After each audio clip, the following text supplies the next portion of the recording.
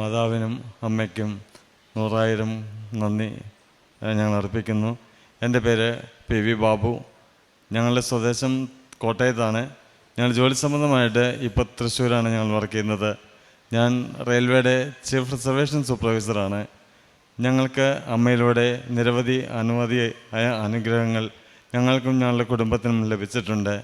അതിൽ വളരെ പ്രധാനപ്പെട്ട 1-2 കാര്യങ്ങൾ മാത്രമാണ് ഞങ്ങളിപ്പോൾ ഇവിടെ അനുസ്മരിക്കുന്നത്. എനിക്ക് ഒരു 30 വർഷത്തോളമായിട്ട് ഒരു അലർജിയുടെ ചുമയുണ്ടായിരുന്നു. ഈ ചുമ ഇവിടെ വന്ന് ഉടമ്പടി എടുത്തതിന് ശേഷം ഇപ്പോൾ എനിക്ക് ആ ചുമ ഒട്ടും തന്നെ ഇല്ലാതെ പൂർണ്ണമായിട്ടും ഭേദപ്പെട്ടു. അതുപോലെ തന്നെ എൻ്റെ കാലിൽ എനിക്ക് വെരിക്കോസ് വെയിൻ ഉണ്ടായിരുന്നു. ഈ വെരിക്കോസ് വെയിൻ ഇവിടുത്തെ നേർച്ച വസ്തുവായ വിശുദ്ധ തൈലം പുരട്ടി എല്ലാ ദിവസവും പ്രാർത്ഥിച്ചതിൻ്റെ ഫലമായിട്ട് ഇപ്പോൾ എൻ്റെ വെരിക്കോസ് വെയിൻ പൂർണ്ണമായിട്ടും മാറിക്കിട്ടി. അതോടൊപ്പം തന്നെ ഞങ്ങളുടെ നിയോഗത്തിൽ പ്രാർത്ഥനാപൂർവം മാതാവിനോട് അപേക്ഷിച്ചിട്ടുണ്ടായിരുന്നു, ഞങ്ങൾക്ക് സാധിക്കുമെങ്കിൽ ഒരു പുതിയ ഭവനം നൽകണമേ എന്ന്. അതനുസരിച്ച് ഞങ്ങളുടെ പ്രാർത്ഥനാ നിയോഗപ്രകാരം ഞങ്ങളുടെ ബഡ്ജറ്റിൽ ഒതുങ്ങുന്നതായ ഒരു വീട് ഞങ്ങൾക്ക് ആലുവയിൽ സെറ്റിലായി കിട്ടി. ഞങ്ങളതിന് ഏകദേശം 35 ലക്ഷം രൂപയോളം അഡ്വാൻസ് ചെയ്ത് കഴിഞ്ഞതിന് ശേഷമാണ് ഞങ്ങൾ അറിയുന്നത് ഞങ്ങളുടെ ഈ പ്രോപ്പർട്ടി വേറെ ഒരു ബാങ്ക് അറ്റാച്ച് ചെയ്തിട്ടുണ്ട് എന്ന്. അപ്പോൾ ഞങ്ങളുടെ ഈ സെയിൽ ഡീഡിൽ നിന്നും പിന്മാറാൻ ഞങ്ങൾ തയ്യാറായി. പക്ഷേ ഞങ്ങളുടെ ലാൻഡ് ഓണർ ഞങ്ങൾ കൊടുത്ത പൈസ തിരിച്ചു തരാൻ യാതൊരു മാർഗവുമില്ല. ആ അവസ്ഥയിലിരിക്കുമ്പോൾ ഞങ്ങളെ സംബന്ധിച്ച് ഞങ്ങൾക്ക് യാതൊരു വിഷമമൊന്നും തോന്നിയില്ല. ഞങ്ങളുടെ കൂടെ മാതാവ് ഉണ്ട്, ഞങ്ങൾ ഉടമ്പടിയിലാണ് എന്നുള്ള ആ ഒരു ബോധ്യത്തിൽ ഞങ്ങൾ 100% അമ്മയിൽ വിശ്വസിച്ച് പ്രാർത്ഥനാപൂർവം ഉടമ്പടിയിൽ ഉറച്ചു നിന്നു.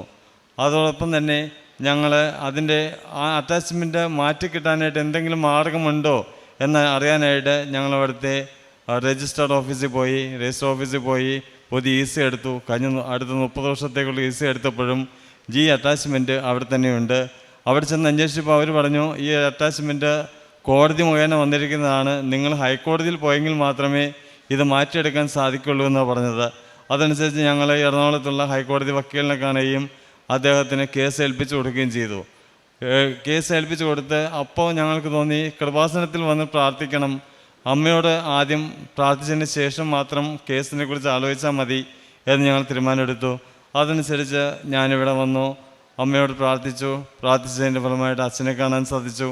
അച്ഛൻ ഞങ്ങൾക്ക് കാശുരൂപവും തന്നു. ആ കാശുരൂപവും നേർച്ച ഉപ്പും ഞാൻ ആ വസ്തുവിൽ കൊണ്ട് വിതറുകയും ഏകദേശം ഒരു 10 ദിവസം കഴിഞ്ഞപ്പോൾ ഞങ്ങൾക്ക് ഈ പ്രോപ്പർട്ടിയിൽ ഞങ്ങൾക്ക് തരാൻ ഉദ്ദേശിക്കുന്ന ആൾ ഒരു ലോൺ എടുത്തിട്ടുണ്ടായിരുന്നു. ആ ബാങ്കിൽ ഞാൻ ചെല്ലുകയും ആ ബാങ്ക് മാനേജർ പറഞ്ഞു, അങ്ങനെ ഒരു അറ്റാച്ച്മെൻറ്റ് ഉണ്ടെങ്കിൽ ഞങ്ങൾക്ക് ഈ പ്രോപ്പർട്ടിക്ക് ലോൺ കൊടുക്കാൻ സാധിക്കത്തില്ലല്ലോ, അങ്ങനെ ഒരു അറ്റാച്ച്മെൻറ്റ് ഞങ്ങളുടെ അന്വേഷണത്തിനുണ്ടായില്ലല്ലോ, അങ്ങനെ ഉണ്ടോ, ഞാനൊന്ന് അന്വേഷിക്കട്ടെ എന്ന് പറഞ്ഞു.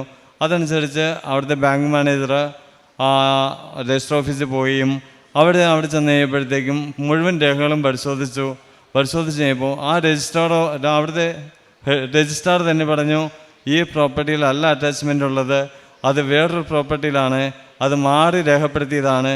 അപ്പോൾ അമ്മയുടെ അനുഗ്രഹം കൊണ്ട്, അമ്മ മാത്രം ഇടപെട്ടത് കൊണ്ട് ഈ വലിയൊരു വിപത്തിൽ നിന്നും ഞങ്ങളെ അമ്മ രക്ഷിച്ചു.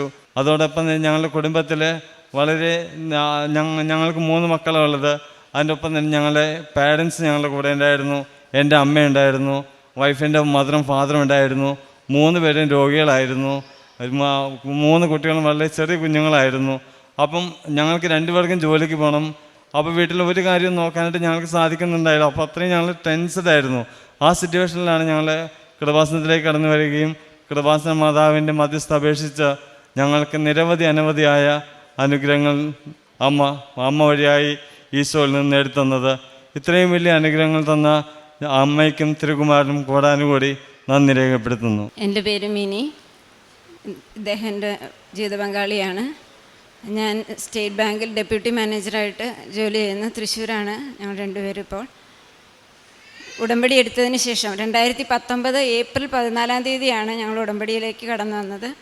ഉടമ്പടി എടുത്ത് ആ 90 ദിവസത്തിനകം തന്നെ എനിക്ക് 30 വർഷത്തോളമായിട്ടുണ്ടായിരുന്ന അതികഠിനമായ തലവേദന. ഞാൻ ജോലി ചെയ്യുമ്പോൾ എനിക്ക് കമ്പ്യൂട്ടർ ഉപയോഗിക്കുന്ന എനിക്ക് കണ്ണാടി ഉണ്ടായിരുന്നു. കണ്ണാടി ഉപയോഗിച്ചാണ് ജോലി ചെയ്യുന്നത്. അതികഠിനമായ തലവേദന മൂലം എനിക്ക് ഒരു 11 മണിക്ക് തലവേദന തുടങ്ങിയാൽ രാത്രി ഉറങ്ങി നേരം എടുത്ത് എഴുന്നേൽക്കുമ്പോൾ മാത്രമേ ആ തലവേദന എനിക്ക് മാറിയിട്ടുണ്ടാവുള്ളൂ. അത് വളരെ കാലമായിട്ട് തുടർന്നിരുന്നു.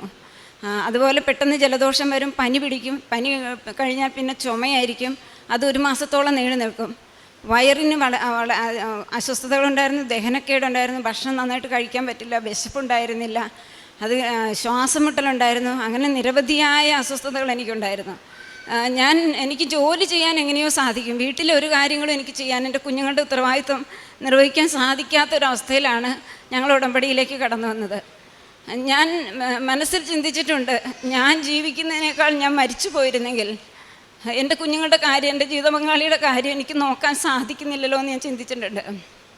അപ്പം എനിക്കുള്ള ആശ്വാസം, ഞാൻ ജോലി ചെയ്ത് ശമ്പളം കൊടുക്കുന്നുണ്ടല്ലോ, അപ്പോൾ അത് ഞാൻ ജീവിച്ചിരിക്കുന്നതുകൊണ്ട് ആ ഒരു ഗുണമുണ്ടല്ലോ എന്നായിരുന്നു എൻ്റെ ആശ്വാസം. അങ്ങനെ ഇരിക്കുമ്പോഴാണ് ഞങ്ങളിങ്ങോട്ട് കടന്നു വന്നത്. പക്ഷേ ആ 90 ദിവസത്തിനകം എൻ്റെ എല്ലാ അസ്വസ്ഥതകളും കർത്താവ് എടുത്തു മാറ്റി. അതുകൊണ്ട് തന്നെ മാതാവ് ഇവിടെ പ്രത്യക്ഷപ്പെട്ടു എന്ന് എനിക്ക് യാതൊരു തർക്കവും ഉണ്ടായിരുന്നില്ല. ഞാൻ ഉറച്ചു വിശ്വസിച്ചു അന്ന് മുതൽ അമ്മ ഇവിടെ പ്രത്യക്ഷപ്പെട്ടതാണ്. എനിക്ക് യാതൊരു തെളിവും വേണ്ടിയിരുന്നില്ല. മറ്റൊന്ന്, എൻ്റെ ഞാനീ വെച്ചിരിക്കുന്ന കണ്ട 2017 വെച്ചതാണ്. അതിന് തൊട്ട് മുമ്പ് വരെ വർഷം തോറും എൻ്റെ കണ്ണാടി മാറ്റണമായിരുന്നു. കണ്ണാടി മാറ്റണമെന്ന് മാത്രമല്ല, പുതിയ കണ്ണാടി വെച്ചാലും എനിക്ക് കണ്ണിന് അസ്വസ്ഥതയായിരിക്കും. അടുത്ത മാസം തന്നെ വീണ്ടും ഞാൻ കൺസൾട്ട് ചെയ്യും. പക്ഷേ എനിക്ക് കണ്ണിന് സ്വസ്ഥത ഉണ്ടാവില്ല. ഇവിടെ വരുന്നതിന് തൊട്ട് മുമ്പത്തെ ആഴ്ച ഞങ്ങൾ കൺസൾട്ട് ചെയ്തിട്ട് വരുന്നതാണ്. അപ്പോൾ എന്നോട് പറഞ്ഞു, മാഡം ഒരു കാര്യം ചെയ്യേ, ലീവുള്ളൊരു ദിവസം വീണ്ടും വരൂ, കറക്റ്റ് പവർ ചെക്ക് ചെയ്തിട്ട് കണ്ണാടി മാറ്റാം. ആ അവസ്ഥയിലാണ് ഉടമ്പടി എടുക്കാൻ വരുന്നത്. എന്നാൽ അന്ന് മുതൽ ഇന്ന് വരെ എൻ്റെ കണ്ണിന് യാതൊരുവിധ അസ്വസ്ഥതകളും എനിക്കില്ല. ഈ കണ്ണാടി എനിക്ക് ജീവിതകാലം മുഴുവൻ ഉപയോഗിക്കണമെന്നാണ് എൻ്റെ ആഗ്രഹം. അതുകൊണ്ട്, കാരണം ഇതെൻ്റെ സാക്ഷ്യമാണ്. ഈ കണ്ണാടി എന്നെ ഓർമ്മിപ്പിക്കും, നീ ഏതവസ്ഥയിലായിരുന്നു മുമ്പെന്ന്. എന്നെ കൂടുതലും ഞങ്ങൾ വിശദീകരിക്കപ്പെട്ടു, എളിമപ്പെട്ടു. എനിക്ക് അതികഠിനമായ ദേഷ്യവും വാശിയും ഉണ്ടായിരുന്ന ആളായിരുന്നു. എന്നൊരാൾ വിഷമിപ്പിച്ചാൽ ഞാൻ മരണം വരെ മറക്കാത്തൊരു മനസ്സായിരുന്നു എൻ്റേത്. ഞാൻ അവരോട് പ്രതികാരം ചെയ്യില്ല, പക്ഷേ എൻ്റെ മനസ്സിൽ നിന്ന് അതൊരിക്കലും ആയില്ല. പക്ഷേ എല്ലാവരോടും ക്ഷമിക്കാനും വാശി ഉപേക്ഷിക്കാനും എളിമപ്പെടാനും എന്നെ കർത്താവ് പഠിപ്പിച്ചു. അമ്മ എന്നെ പരിശീലിപ്പിച്ചു. ഞങ്ങളുടെ കുടുംബത്തിൽ സമാധാനം ഉണ്ടായി. എൻ്റെ മക്കൾ എന്നോട് എതിര് പറഞ്ഞാൽ അവരോട് സംയമനത്തോടെ പെരുമാറാൻ എനിക്ക് സാധിക്കും. എന്നെ ഒരാൾ പരിഹസിച്ചാൽ ഞാൻ താഴ്മപ്പെട്ട് നിൽക്കാൻ എനിക്ക് സാധിക്കും. എൻ്റെ പൊസിഷനെ പറ്റി എനിക്ക് ഒരിക്കലും അഹങ്കാരം തോന്നാതിരിക്കാൻ എന്നെ കർത്താവ് എപ്പോഴും എളിമപ്പെടുത്തുന്നുണ്ട്. ഞാൻ ഒന്നുമല്ല, ഞാൻ വളരെ നിസ്സാരയാണെന്നുള്ള ബോധ്യം എനിക്ക് എപ്പോഴും ഉണ്ട്. യേശുവേ സ്തോത്രം, യേശുവേ നന്ദി. വിദ്യാഭ്യാസത്തിന് ബുദ്ധിമുട്ടുന്ന കുഞ്ഞുങ്ങൾക്ക് സഹായം ചെയ്യാറുണ്ട്. രോഗികളായവർക്ക് സാമ്പത്തിക സഹായം ചെയ്യാറുണ്ട്. പിന്നെ പ്രേക്ഷിത പ്രവർത്തനം, പത്രം കൊടുക്കാനായിട്ട് ഞങ്ങൾക്ക് വലിയ ബുദ്ധിമുട്ടായിരുന്നു ആദ്യം. ഞങ്ങൾ ആദ്യമൊക്കെ ട്രെയിനിൽ പോകുന്ന വഴിക്ക് ഓരോ സീറ്റിലും ഈ പത്രം വെച്ചിട്ട് പോയിട്ടുണ്ട്. പിന്നീട് ഇവിടുത്തെ സാക്ഷ്യങ്ങൾ കേൾക്കുമ്പോൾ ഞങ്ങളെപ്പറ്റി തന്നെ കുറച്ചിൽ തോന്നിയിട്ടുണ്ട്. അക്രൈസ്തവ സഹോദരങ്ങൾ എത്രയോ പേര് ഈശോയ്ക്ക് സാക്ഷികളായിട്ട് തെരുവിൽ നിന്ന് പത്രം കൊടുക്കുമ്പോൾ ക്രിസ്ത്യാനിയായി ജനിച്ച ഞങ്ങൾ നാണക്കേട് തോന്നി ഈശോയെ കൊടുക്കാൻ പത്രം അവിടെ ഇവിടെ വെച്ചിട്ട് പോയല്ലോ എന്നോർത്ത് ഞങ്ങൾ കുറ്റബോധം തോന്നിയിട്ടുണ്ട്. അത് ഈശോയോട് മാപ്പ് ചോദിക്കുന്നു, അമ്മയോട് മാപ്പ് ചോദിക്കുന്നു. പക്ഷെ ഇപ്പോൾ ഞങ്ങൾ എങ്ങനെയാണ് പത്രം കൊടുക്കുന്നതെന്ന് ചോദിച്ചാൽ, ഞങ്ങൾ ബസ് സ്റ്റോപ്പുകളിൽ പോയി നിൽക്കും. ബസ് ഇറങ്ങുമ്പോഴും ബസ് കയറാനായിട്ടും വരുന്ന സഹോദരങ്ങളിലേക്ക് ഞങ്ങൾ ഈ പത്രം വച്ച് നീട്ടും. ചിലർ വേണ്ടെന്ന് പറയും, പക്ഷെ ഞങ്ങൾക്ക് സങ്കടമൊക്കെ തോന്നും. പക്ഷെ സാരമില്ല, അത് ഈശോയ്ക്ക് വേണ്ടി സഹിക്കുന്നത് അത്രയെങ്കിലും ആണല്ലോ എന്നാണ് ഞങ്ങളിപ്പോൾ ചിന്തിക്കുന്നത്. വാങ്ങിക്കുന്നവർ ഈശോയെ നേടാൻ യോഗ്യതയുള്ളവർക്ക് ഈ പത്രം കൊടുക്കാൻ ഞങ്ങൾക്ക് സാധിക്കണമെന്ന് പ്രാർത്ഥിച്ചിട്ടാണ് ഞങ്ങളിപ്പോൾ പത്രം കൊടുക്കുന്നത്. എത്ര പത്രം കൊടുത്താലും എനിക്കിപ്പോൾ തൃപ്തി വരില്ല. അങ്ങനെ തന്നെ തുടർന്നും പത്രം വിതരണം ചെയ്യുന്നതാണ് എൻ്റെ ആഗ്രഹം.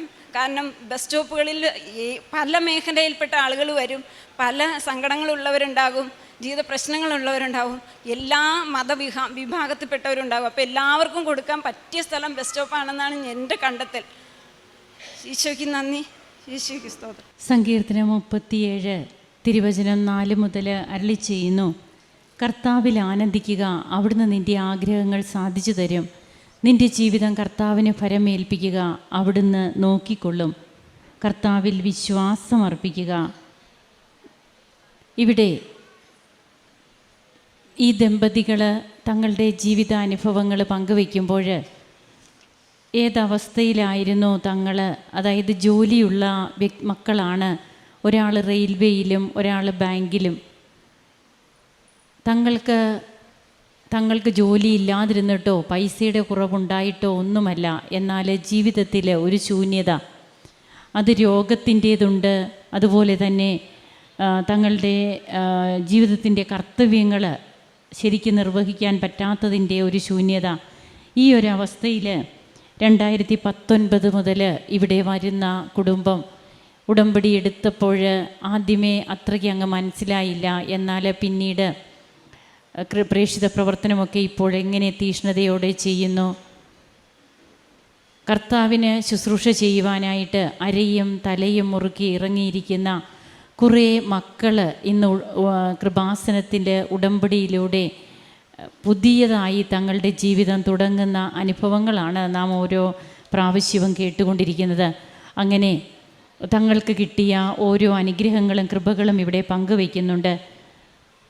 20 വർഷമായിട്ടുണ്ടായിരുന്ന തൻ്റെ ഹസ്ബൻഡ്, അതായത് PV ബാബു എന്ന ഈ മകന് ഉണ്ടായിരുന്ന അലർജി കഫ്, അതുപോലെ തൻ്റെ വേരിക്കോസ് വെയിൻ അതുമൂലമുണ്ടാകുന്ന അസ്വസ്ഥതകൾ, അതുപോലെ തങ്ങൾക്ക് ഒരു ഭവനം, ആ ഭവനം വാങ്ങുന്നതിനുള്ള പൈസയൊക്കെ തങ്ങൾ കൊടുക്കുന്നു 35 ലക്ഷം, പിന്നീട് അതുമൂലം വന്ന ബുദ്ധിമുട്ടുകൾ, ഇതൊക്കെ തനിക്ക് എങ്ങനെയാണ് പിന്നീട് പരിശുദ്ധ അമ്മ നേരിട്ടിടപെട്ട് ഈശോയോട് പറഞ്ഞ് തങ്ങളുടെ ജീവിതത്തിൽ കൃപകളാക്കി മാറ്റിയ അനുഭവങ്ങളാണ് ഈ മകൻ ഇവിടെ പങ്കുവയ്ക്കുക. വീണ്ടും മിനിയാണെങ്കിൽ ആ മകളുടെ ജീവിതത്തിൽ തനിക്ക് ലഭിച്ച, അതായത് താനെന്ന വ്യക്തി ആരാണെന്ന് തനിക്ക് ബോധ്യം ലഭിച്ചു. ഈ ഒരു ബോധ്യം അതൊത്തിരിയേറെ ജീവിതത്തിൽ നമ്മെ വളർത്തുന്നതാണ്. അതായത് നാം ആരാണെന്നറിഞ്ഞാൽ കർത്താവിൻ്റെ മുമ്പിൽ പിന്നീട് നമുക്ക് നിൽക്കുവാനായിട്ട് എളുപ്പമുണ്ട്. നമ്മെ തന്നെ മാറ്റുവാൻ, ദൈവത്തിൻ്റെ അടുത്തേക്ക് നമ്മെ കൂടുതൽ ചേർത്ത് നിർത്തുമ്പോൾ ദൈവം നമ്മുടെ ജീവിതത്തിൽ ഇടപെടും. അതുകൊണ്ടാണ് 37:4 തിരുവചനങ്ങൾ അരുളി ചെയ്തതുപോലെ കർത്താവിന് ഫരമേൽപ്പിക്കുക, അവിടുന്ന് എല്ലാം നോക്കിക്കൊള്ളും.